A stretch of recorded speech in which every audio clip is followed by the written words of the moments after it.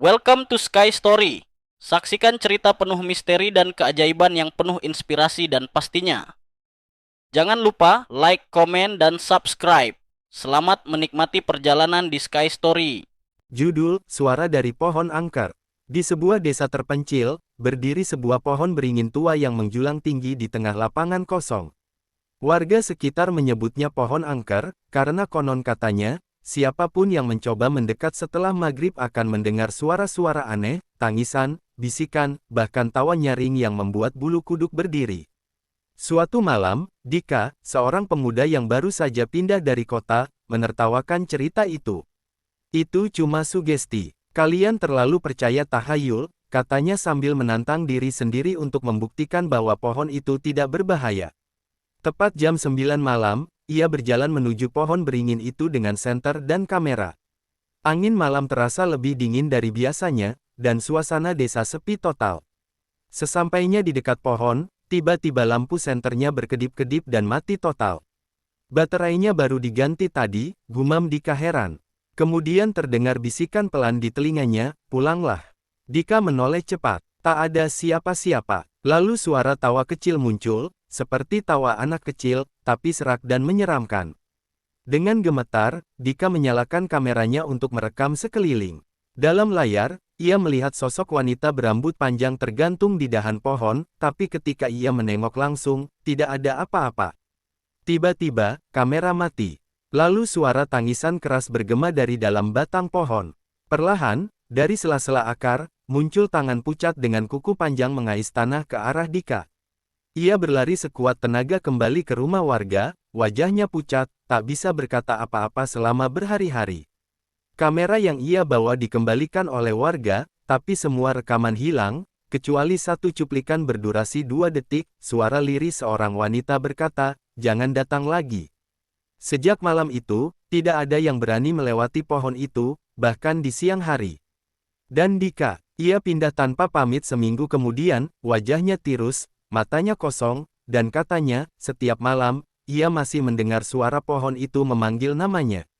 Setelah Dika pindah tanpa jejak, rumah kontrakannya kosong selama beberapa bulan. Namun suatu hari, seorang perempuan bernama Rina, mahasiswi jurusan antropologi, datang ke desa untuk meneliti cerita rakyat dan mitos lokal.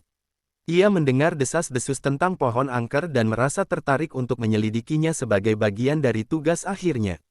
Warga memperingatkan Rina, terutama tentang kejadian yang menimpa Dika.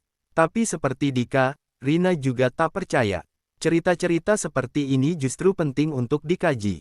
Kalau hanya takut, kita tidak akan tahu kebenarannya. Rina menempati rumah bekas kontrakan Dika, rumah tua yang masih menyimpan aroma lembab dan suasana dingin. Malam pertama berjalan normal, tapi di malam kedua, saat ia sedang mencatat hasil wawancara dengan warga, lampu di ruang kerjanya tiba-tiba padam, meski listrik masih menyala di seluruh rumah. Saat ia berdiri untuk memeriksa saklar, tiba-tiba jendela bergetar keras.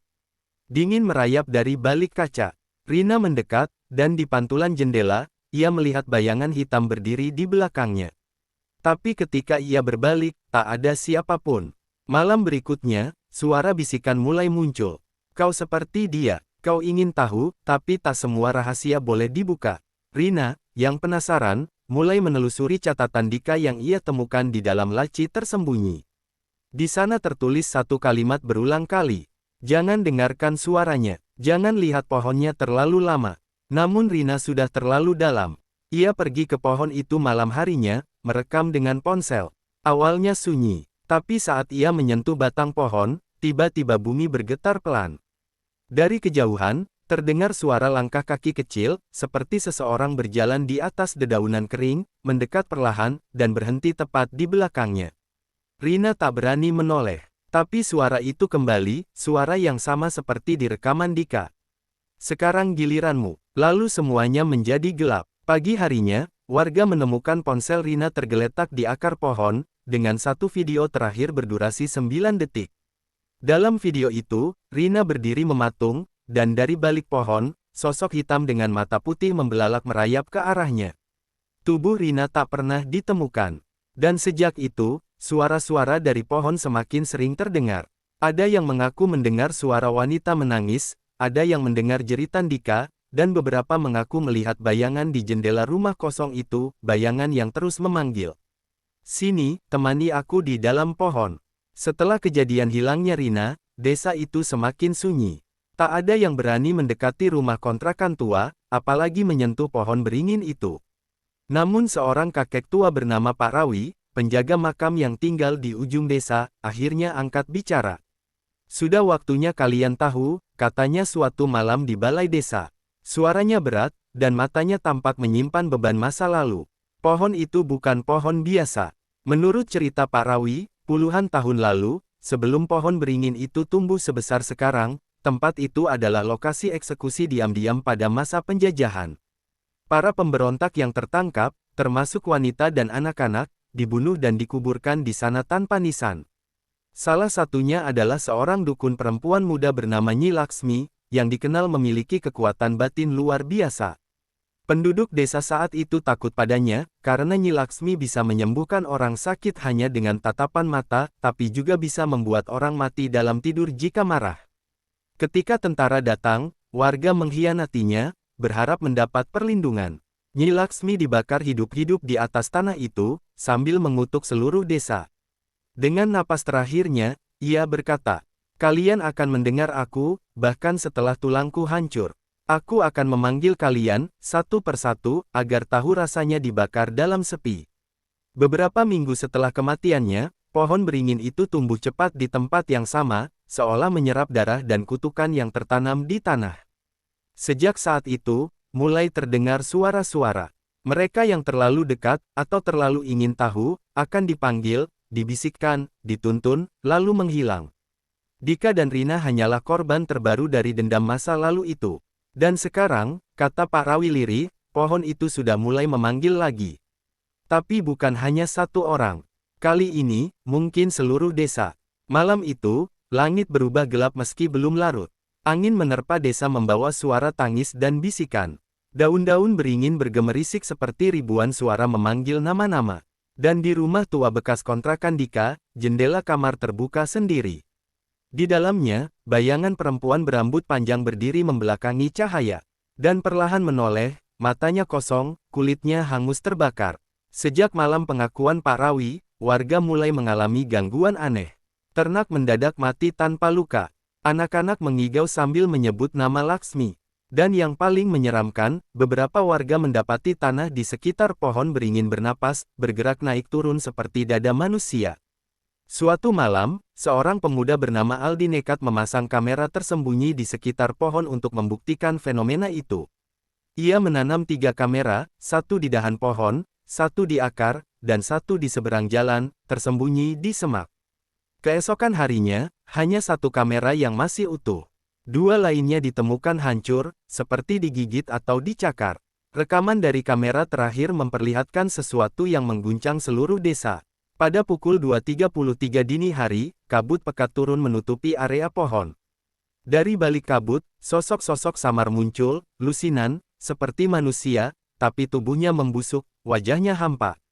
Mereka berjalan dalam lingkaran, mengelilingi pohon sambil berbisik. Lalu terdengar suara, "Semua akan kembali ke akar, semua akan menjadi bagian dari pohon." Dan dalam detik terakhir rekaman, batang pohon itu terbuka seperti mulut, dan dari dalamnya, tangan-tangan kurus mencuat, seolah memanggil siapapun yang menonton rekaman. Warga gempar, beberapa mulai mengungsi, tapi anehnya, tak bisa pergi terlalu jauh. Ban mobil meledak, mesin motor mati, bahkan orang yang berjalan kaki kembali berputar-putar dan entah kenapa, selalu kembali ke jalan yang sama, yang menghadap ke pohon. Desa itu kini seperti terkurung. Seperti jaring laba-laba gaib yang tak bisa dilihat, tapi mengikat semua jiwa di dalamnya. Malam ketiga setelah itu, suara dari pohon mulai terdengar dari rumah-rumah. Panggilan itu datang berbeda untuk setiap orang. Seorang ibu mendengar suara anaknya yang sudah meninggal, memohon dibukakan pintu. Seorang kakek mendengar nyanyian masa kecilnya dari dalam lemari. Seorang gadis mendengar ketukan di bawah tempat tidurnya, terus-menerus, sampai pagi. Dan setiap kali seseorang menjawab panggilan itu, mereka menghilang. Tak meninggalkan jejak, tak terdengar jeritan, hanya bau tanah basah, dan daun beringin kering yang jatuh di lantai. Pak Rawi berkata, Pohon itu tidak lagi menunggu. Ia memanggil karena ia lapar. Ia haus akan rasa takut, dan sekarang, desa ini adalah altar pemujaannya. Semakin malam, semakin banyak yang hilang.